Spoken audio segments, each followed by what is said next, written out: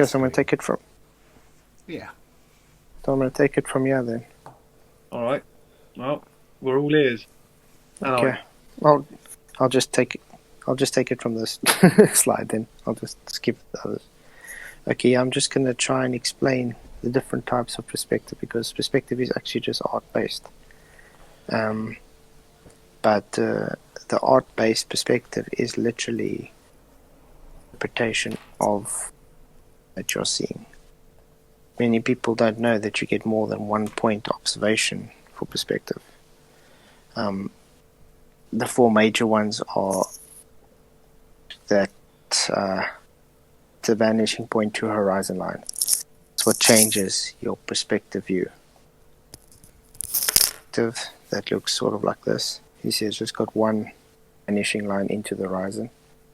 That's what most people think is literally perspective, because they think, okay, it's moving into the horizon with one spec. It's just angular size change is now perspective, which is not true. Like I said, angular size change is literally just a function of this perspective. Then you get your 2 point, which you're showing it in more of a 3D version where it's converging into two parts of the horizon. Then you get your 3 points, and you get your multi-point, which is just more, which architects, when they draw out their 3D renderings, is more the multi-point perspective. Now, I'm not saying art is this. The art perspective is the same as observational perspective, but the fundamentals are the same, because you're just interpreting an observation that you see. Now I'm just going to explain why the horizon is based on eye level. The convergent point is based on your focus point. This is the original from Kevin Jackson.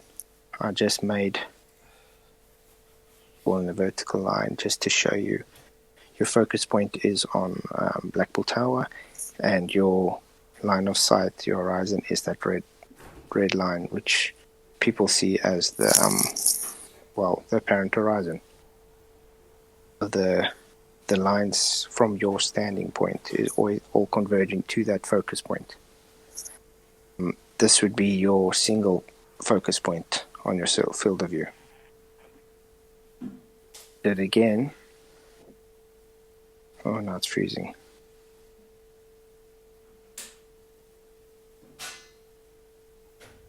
Okay, there we go. All I did was I changed the focus point to the left. Now, do you see how it's changed the actual, if you just present it at a different focus point? This is what I was trying to explain with Ranty, with why I said the cabin lift could be on the left. If you just have your focus point and your observation from a different observation point,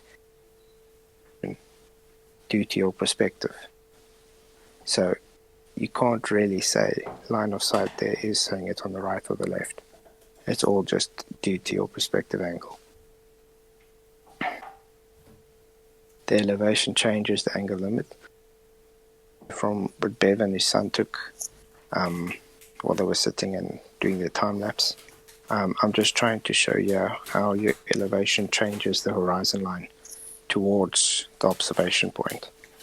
It's got a high elevation as he's standing up straight. I've marked the line from the ice pick and the top of Blackpool Tower, and the next image I'm going to do when he's going lower, we're going to compare it to show you how it's changed the elevation heights. Okay, yeah, he's much lower. You can see it's all compressed into that horizon line that looks like it's rising up. The old markings of the previous photo. These are the new markings. You see how it's dropped just because he's changing elevation, because you're looking more upwards at the towers and stuff. It's compressed more into the distance. So you limited your angle of the floor more to compress the bottoms upwards, and thus it's taking the far distant, like the tower, compressing it more downwards into the distance.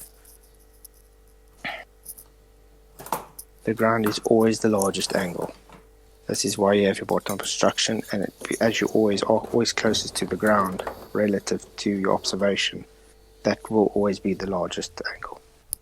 Yeah, I'm just adding. You see, you got a large cylinder. If it's going to go to the distance, it's literally just changing angular size as it's converging into focus point horizon. It reaches the diffraction limit where you cannot see it anymore. Then it's just uncomparable. This is an orthographic representation I did on one of my previous presentations, where I'm just showing the angle that you're looking at the further object is the ground is having a larger angle towards the further object than it is to the closer object, and thus you have the perception that the size has changed. So it looks angular, it looks smaller, but it is still exactly the same actual size. It's just distance dependent. So this is where you get your angular compression, because you have the image compressing more pixels into a certain area which is now smaller. This is me just trying to explain it better as your deck angle gets larger when you're close to the observer. So that blue angle is the deck angle that shows your eye line to sight to the ground is larger than your eye line to the side to the red section and your eye line to the side to the green section. That's why it looks like the ground is ramping up when it goes to the distance, because it's angular compression, compressing everything into the convergence point. Okay, now there's many factors to how perspective works. It's not just simply angular size change, as Randy and them have been pushing. It just shows their ignorance when it comes to perspective. You get limited angles, which I've just tried to explain to you. The focal length of the camera, everything changes. The observation, it changes the sizes, it changes your map.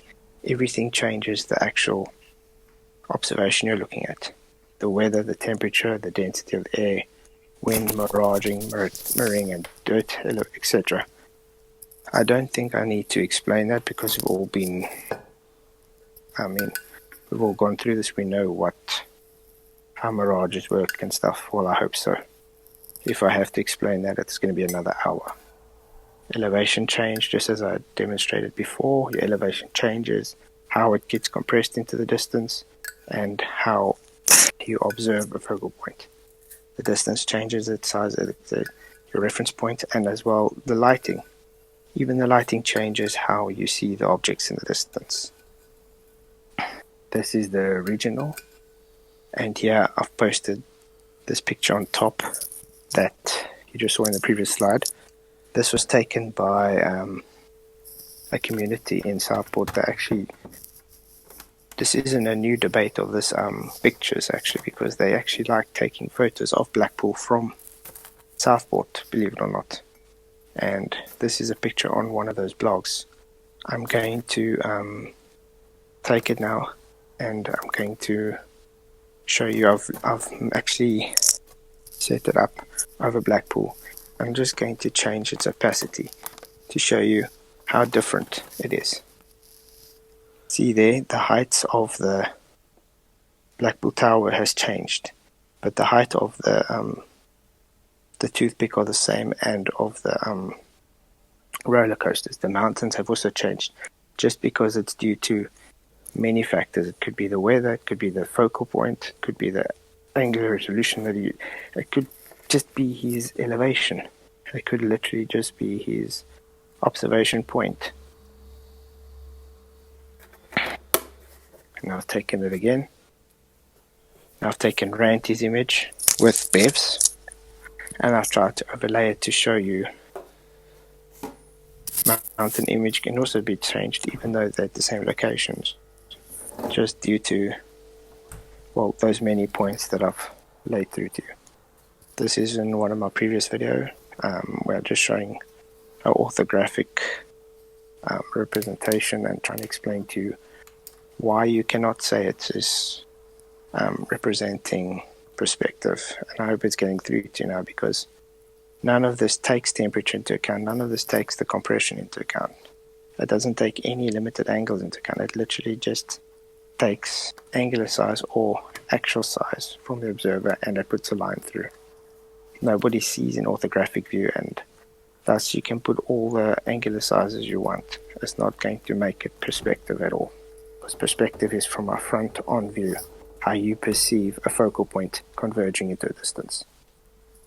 Here I'm taking Ranty's picture where he puts his Ferris wheel to show where he sees the line of sight. Little does he know, he was validating where the horizon line would be, where we see it. You see, I just extended the line straight through. I lined it up and set the line straight through to show it goes right through to where we can have the apparent horizon to show at the shore of Barrow, which is much, much further than the geometric horizon. Geometric horizon, according to the globe calculations, should only be 10.7 kilometers away, which comes just to the shore of Blackpool from Southport. That horizon line comes up much further. You see, this is what I'm talking about. You can see the mirroring. I'll put the red line through just to show, okay, that's where the water would be stopping, and that would be the apparent location. Now, even based on the globe maths, you shouldn't see that fan in the thing that Randy's talking about with the wind turbines and stuff. You wouldn't be able to see that on the globe, especially if you zoomed into it. The latest they actually show the compression of the motor hub, which is quite awesome. That shows how it's compressing downwards into the turbine, which I'm not really going to show now, but you're probably going to see a video from Riley and then in the future of that.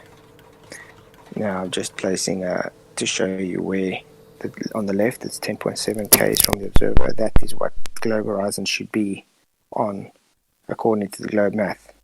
Now, thanks to Ranty's photo that he's pushing, the globe horizon is even further at 45, and that is the apparent. Now remember, that's just the apparent. You can't really tell where it is, but based on the apparent location, it is about 3-4 times the distance that the geometric limitations allow us to. That alone already debunks the whole argument. Now, I'm going to show you some videos on demonstrations of what I mean with a perspective and angular compression. This is me in a spray booth. I'm just turning it on so you can see. See, as you change in elevation, it's compressing all those lights down into one spot. It's literally converging it into the new horizon. Now, you can try and zoom it in as much as you want. You're not really going to be able, because you're just going to be magnifying that limited angle. That's why when you change your elevation upwards, more in altitude, you're having a wider field of view, and thus your limiting angle is just moving forward. And this is why you get the angular compression you do in the distance, because pure perspective. It's a horizontal plane where it's converging into the distance. Yeah, I did it again with water droplets on a door. It's just as you go down, it compresses. Okay, this one's not showing well because actually it was supposed to show the whole thing. It's not. Okay.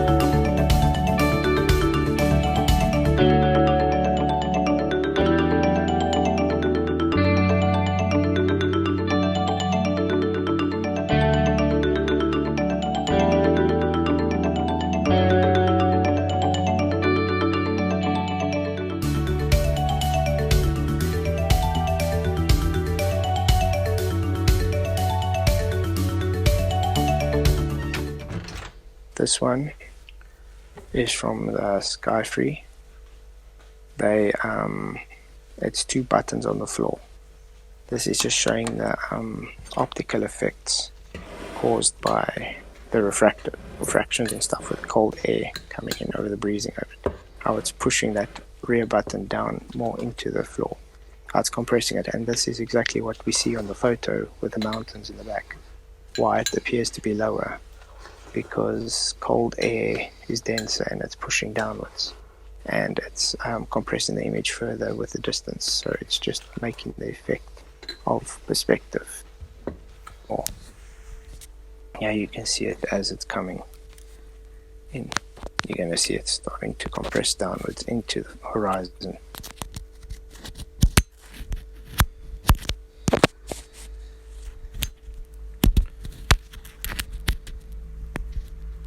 See, as the cold air comes over, that pushes that further button in. Now remember, these buttons are the same size. It's on a flat surface or a horizontal surface, and perspective alone is already making it seem that it's going down into the horizon. Now with the added effects, you see now it's totally disappeared. That is what we're seeing with the mountain. The cold air is pushing those mountains down into the distance, and thus it's completely gone. This was me doing a 2 scale now. Well, trying to do a 2 scale. I actually did this now 8 meters, so I can do it to what we could see there, because I was rounding it off. It was actually 81 k's away, but I took it as 80. And this each tile is 33 centimeters squared. So I took two tiles at it. I think sort of 66 centimeters for each section. So that 66 centimeters is representing the 20k mark where that triangle is, and that in the distance would be the Dow Craig, which is 8 meters away. You see as I raise and close how it changes the angle. Now remember, this is without any atmospheric effects, which is that this is just purely on angular size change. I'll just take a picture to show you how it looked from the back where I was standing. See how far away I was compared to what another guy was correct. And just showing it's 33 centimeters per block for the Globers that will want to move the globe per goalpost and say I was lying. Well, that's all I have for now. Any questions?